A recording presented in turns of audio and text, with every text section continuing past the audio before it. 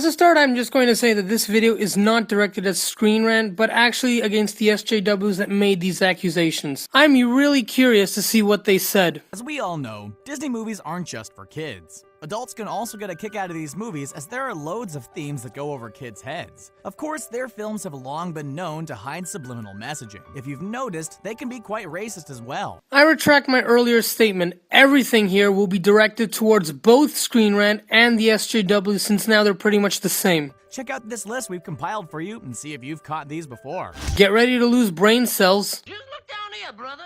And prepare yourself for a shock. Dumbo.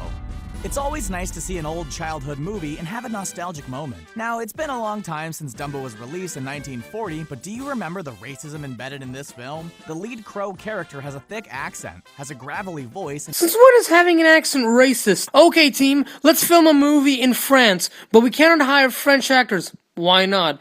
Because we're stereotyping French people and it's offensive. Like, what the shit? also, his name is Jim Crow, which he's named after the state and local laws that reinforced segregation throughout the early to mid-20th century. Who knows how this was able to be put in the movie? So you're saying that the name Andrew must not be used again because of all the violence Andrew Jackson stirred up? Surprisingly, the voice of Jim Crow was white actor Cliff Edwards, and the rest of the Crows were voiced by black composer Hal Johnson and his all-black choir. How is this racist? The guy had talent and was put in the movie.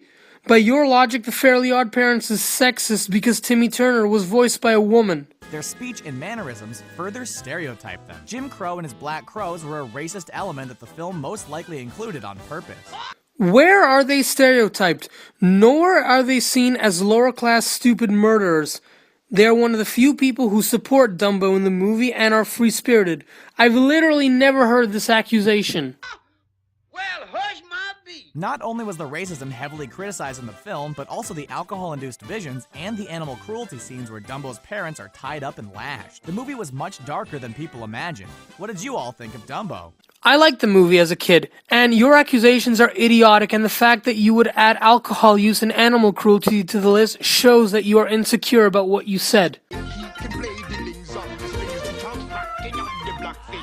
The Little Mermaid. The Little Mermaid has been surrounded with controversy since its release in 1989. On the original VHS cover art, people were shocked to see the phallic-shaped object hidden within the towers of the Golden Castle. Disney and the artist both claimed it wasn't intentional. There were tons of subliminal messages in this movie, but that wasn't all. What does this have to do with racism? There were also some racial stereotypes that we will fill you in on in case you missed them before. In the movie's hit song, Under the Sea, the character Sebastian the Crab is singing about how life is fun when you live carefree and have very few responsibilities. That is a big mistake. This normally wouldn't be an issue, but Sebastian has a heavy Jamaican accent. This led many to believe that Disney was stereotyping Jamaicans by calling them lazy. Not only was Sebastian under scrutiny, but also the Duke of Soul and the Blackfish characters appear with large, oversized lips and Black American voices. Again, the accents. Having an accent is not racist. And did you also forget to put that people who don't resemble blacks are also singing? What do you think of these stereotypes hidden in the movie? Did you see them when you first watched the movie? How do I get myself into these situations? Oh boy, fellas, let's rock the joint. The Aristocats. The Aristocats is released in 1970, centers around a family of aristocratic cats, hence the film's name, and how a cat from the other side of the tracks helps them regain their fortune. In the movie, Duchess is a white, wealthy cat who I love how they emphasize that Duchess is a white, wealthy cat. Duchess is a white, wealthy cat. raises her kittens on luxury, and Thomas O'Malley is an alley cat who wanders through the streets. When Duchess and her kittens are introduced to Thomas's gang, they are all racially stereotyped. Pepe is the womanizing Italian cat who wears a red scarf. Ethnic Italians are white. The director of the movie was Wolfgang Reitherman, and he was also white. If you were stereotyping the Italian cat, wouldn't that mean he's racist against his own race? Shungan is Chinese and has slanted eyes, buck teeth, and plays the piano with chopsticks. So? And Billy Ross, the Russian cat, who looks a lot like Joseph Stalin. I fail to see a similarity between the two. Let's also state that Stalin was Georgian and ethnic Russians are white. What did you think of the Aristocats? This is outrageous. This is crazy. What made the red man red? What made Peter Pan. Oh dear God. If you think Pocahontas was the first time that Disney depicted Native Americans as noble savages, think again. Pocahontas didn't depict Native Americans as savages, but actually as honorable people. Have you ever even seen any of the movies you're talking about? Remember Peter Pan? It is a little hard to believe that a children's movie about fantasy and adventure could have racist elements in it, but it is Disney after all.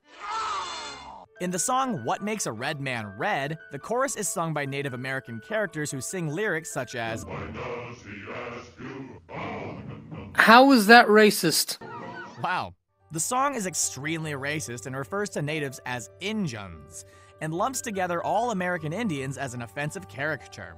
I don't think they were implying that. The song also hints that the Native Americans got their complexion after an Injun prince kissed a squaw, which caused everyone to blush ever since.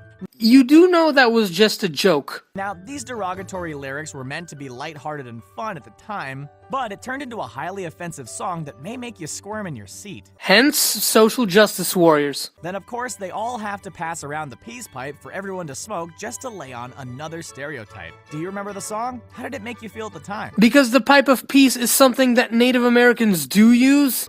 How does it make you feel now? We are Siamese, if you please. Lady and the Tramp.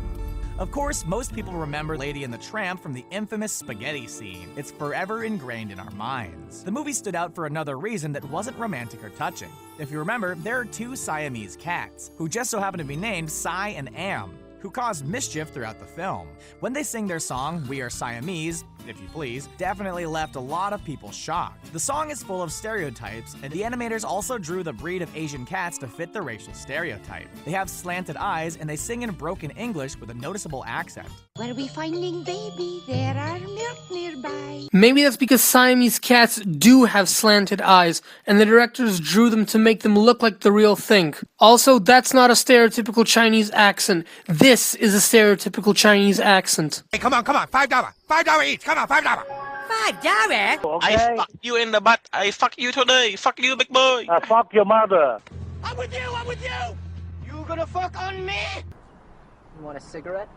Shut up! What's in your head flies out of your mouth. What's in your head flies from your mouth. What's in your mouth? It's okay. Cut.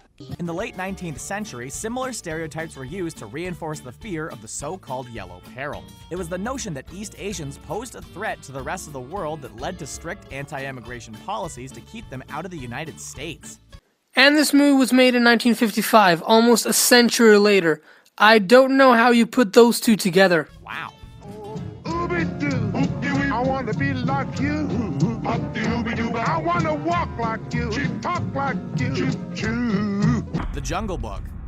The Jungle Book, based on Rudyard Kipling's book of the same name, was a well-received and acclaimed movie when it hit theaters in 1967. In the movie, Mowgli eventually stumbles upon some apes who, when they talk, speak in jive. Jive is a form of slang that's associated with black jazz musicians. It doesn't seem like a coincidence that the apes speak this way. They also want to become humans as well. Does that seem a little strange to you? How the fuck is this racist? Can someone please explain this to me? King Louis, the King of the Apes, was given the personality and voice of the famed jazz trumpeter and vocalist Louis Prima. Now, to feature apes speaking in jive is one thing, but Kipling released a poem in 1899 about white imperialism entitled The White Man's Burden. Kipling urged the US to take up the burden of the empire, as had Britain and other European nations. The poem coincided with the beginning of the Philippine-American War. There were a lot of people that were not impressed. I am scared to facepalm myself because my hand will come out the other side of my head. What does Kipling's poem, a guy who died 30 years before the movie was released, have to do with the movie itself? Nothing you mention here had anything to do with race. You cucks have literally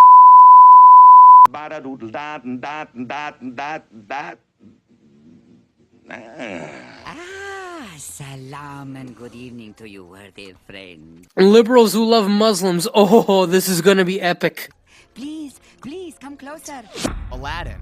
The first song in Aladdin, Arabian Nights, contains the lyric, I come from a land, from a faraway place, where a caravan and camels roam, where they cut off your ear if they don't like your face. It's barbaric, but hey, it's home. Yikes.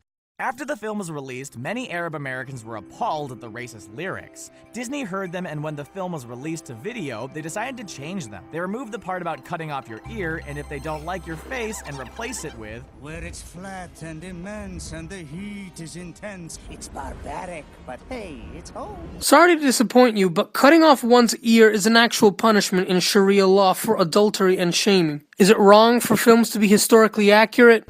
The Arabs were still unsatisfied since the word barbaric was never removed, but Disney was done making changes and left it. The stereotypes about how Arabs are savages and barbaric has existed in Western culture for years. Over the past 2 decades, it has gotten worse after the War on Terror. Back in 1992, Disney definitely didn't make matters any better when it released Aladdin. It was great that they branched out and created a story that explored an Arab-style folk story, but there were plenty of stereotypes throughout the movie. What did you think of the song in the beginning?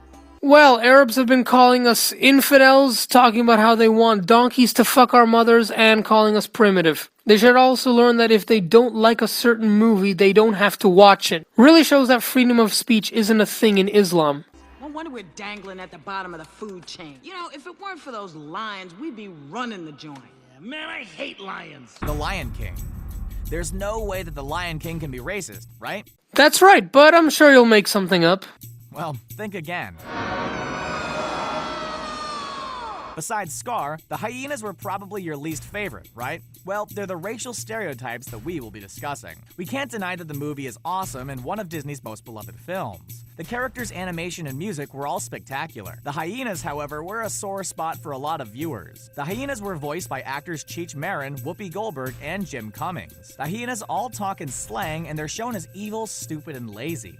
And the fact that 2/3 of them are white means nothing, while also forgetting that they're villains in a movie. They're supposed to be evil. They're shown as being less educated than the lions, and they live in elephant graveyards, which isn't the best spot to rest your head at night. The hyenas are looked down upon by the lions, and they're banished to the other side of the beautiful Pride Lands, which many considered to represent the ghetto. A lot of people felt this was a jab at how most inner cities are in the United States, where minorities are discriminated against and forced to move to undesirable locations.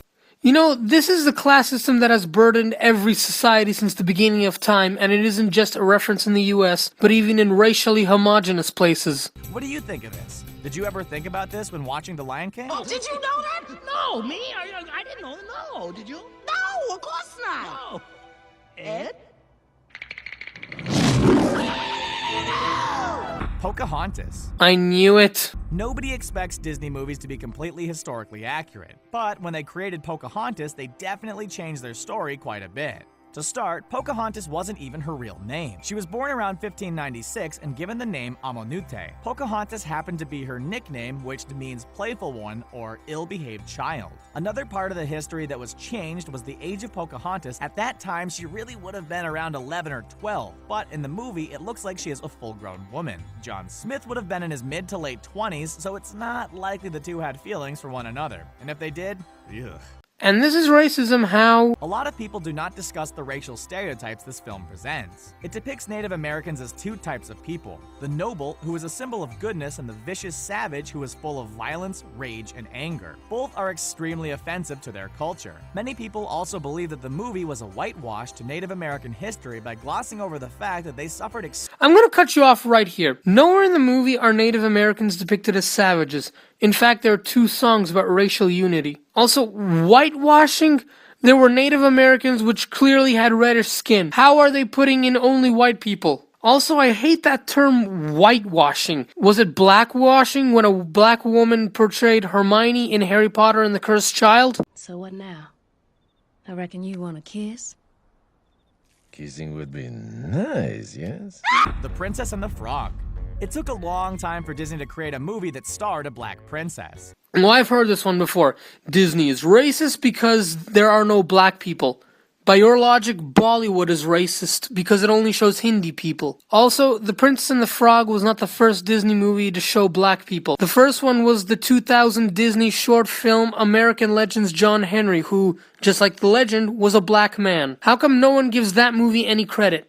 That time finally came in 2009 when The Princess and the Frog was released. Now, while Disney was being progressive with including a black princess in their lineup, the prince's race has long been in question since the movie came out. It angered many people because they believed it wasn't a true depiction of black characters. The prince who Tiana falls in love with is named Naveen. Tiana is voiced by black actress Anna Kanoni Rose. And who is the actor who voiced Naveen? Well, he's not black, which is the big controversy. Unfucking believable. You're racist if you don't show mixed race couples, but you're also racist if couples aren't of the same race. These people are never satisfied. What's next? Disney had the chance to hire a black actor, but instead chose Brazilian-born American actor Bruno Campos. The results being that the prince's voice was unrecognizable and left viewers wondering why the prince was a racial mystery. Many believe that Disney did this on purpose so a black man didn't have a position of power. So they left the prince's racial identity a mystery. We hope that this isn't the case. Oh, for fuck's sake. You say that everything must be indiscriminate based on race, but then you get pissed off when race isn't mentioned. How idiotic is this? Well, that's the end of the video, everyone. What did you think of this list that we made for you? Are you surprised by any of them on here? Are there any that you've seen that you wish were included? Be sure to like and comment to let us know your thoughts. Thanks for watching. And that's the end of the video. If you have an accent or follow a certain culture, you're racist. This is the reason why I don't like diversity, because it's fertile ground for a race war. Oh, and we also need to use sign language so we don't offend anyone. Oh wait, it looks like I just offended deaf and mute people.